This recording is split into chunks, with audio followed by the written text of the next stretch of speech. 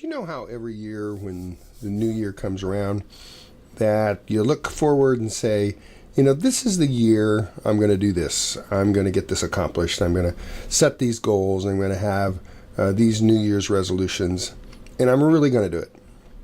So it's still early in the year, and I've discovered a few things. If you really believe that, then you're going to set aside some time to write some things down, not just say you've made some, but actually write some things down. And then maybe put down why you want to do it. And then write down how you're going to get there. And then put down a strategy on how you're going to get there. And then put a time limit for it. So I got serious this year. I've had some reasons to realize that maybe I need to sit back, reorganize, and decide what I want to do with the rest of my life. I love being a chiropractor. Love what I do. Never been to work a day in my life.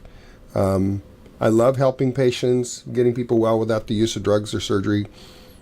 I'm set with that. I mean, that's my purpose. I'm all good with it. But there's more. There's a wider range that I want to affect.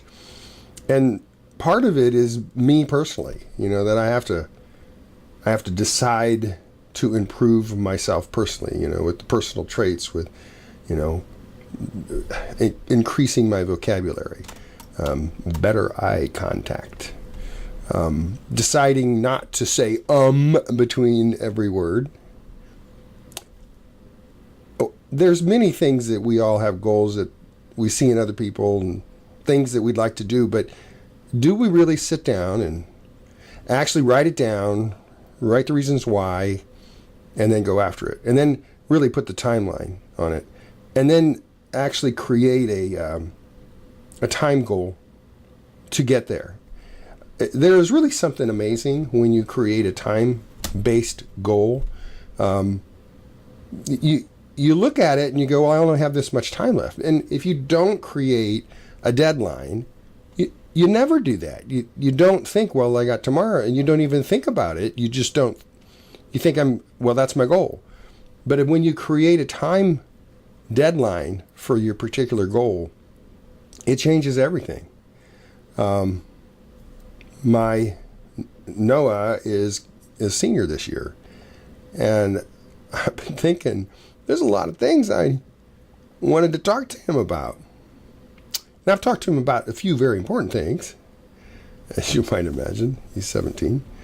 But there's lots of things I want to teach him, and I've got him he reminded, I said 6 months. He said about 5 months, or 4, he said. So there's some definite things that I want to talk to him about, being a man, manhood, characters involved with all that. And so I decided I was going to put down a time frame for me about exactly what things I want to teach him before he graduates. And if I'm going to do this, I've got to set timelines. Now, I didn't realize I didn't need to get into that particular thing, but that was just an example. But there's things I want to teach him. But there's things that I still need to grow on. I'm 63. Can you believe that? 63 years old, and there's still a lot of things I haven't done yet. I'd like to speak French. I have a couple of words. Parlez-vous français? It doesn't fool anybody, does it? But if I decided to put forth the effort, within a few months, I bet I could. Now, would that be the best choice in my life? I don't know. I guess if I'm going to France sometime, I guess that would be a good thing. But everything is a choice to us. I think we are given a God-given gift of choice. I believe that we were created. I believe that we are given the choice.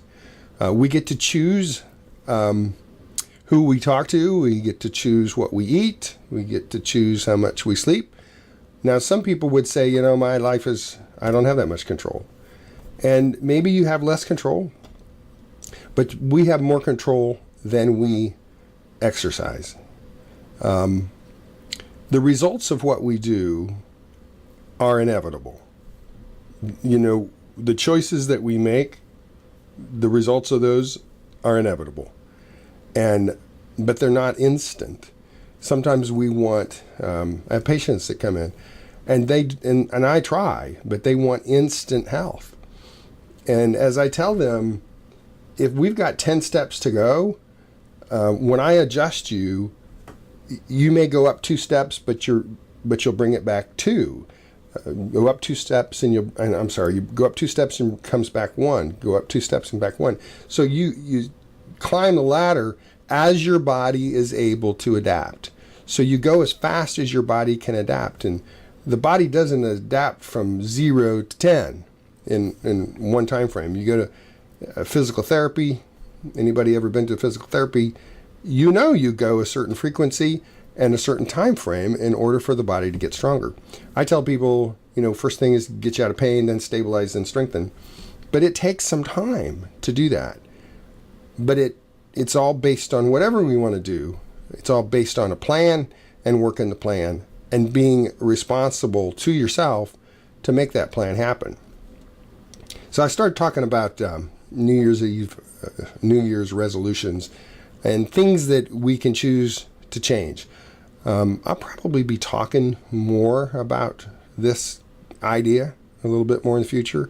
Since I'm going to really dig into it this year, I'm going to look at a lot of different areas of my life and try to figure out what areas that I want to improve the most. And I'm also going to talk out, it's time. I've been in practice 39 years, and I've seen a lot of patients with all kinds of conditions. And I've been very successful at helping lots of people. And so it's probably time for me to talk a little bit more about that. In fact, I want to talk in a way that helps all chiropractors. Because, one of the things that I believed in when I got into chiropractic was I believed that the profession was amazing. It was highly underrated. I have people that come in and they say, boy, chiropractic sure has gotten better in this area. I mean, it's really come up now, hasn't it? And I kind of laugh to myself and I think, well, I've been in practice 39 years and, there's a handful of chiropractors in this area, and I've been doing the same physical initial exam since I started, with all of the detail, and then adding on all the new scientific instrumentation and things as we go. And I guess we've gotten better. I think what we've gotten better at is that we're better at communicating what it is that we really do, and we're not idiots. We have college degree educations. We have postgraduate studies. We do everything that any other doctor does. My doctorate is a doctor of chiropractic, just like a dentist is a doctor of dentistry or doctor of osteopathy. And I am, believe it or not, I am a real doctor. I get so tickled when I hear that. I didn't used to get tickled. I used to kind of get upset. But after a period of time, you realize, you're not going to please everybody, and there's always going to be lovers and haters. And I've decided to be part of the lovers side in the appropriate way, in a professional sense. But I'm not going to quit. I love what I do, and I'm going to practice until I fall over. I actually have a written goal that I'll practice till I'm 100 years old. So let's see how that works out. I'm going to have to work on some things. I'm going to work on a stamina. I might see one patient that day. But it'll be good. It'll be good. It's been almost 10 minutes talking. If you have stuck with me this long, then high five to you. But I'll make the rest of them a lot shorter. Hope you have a great day.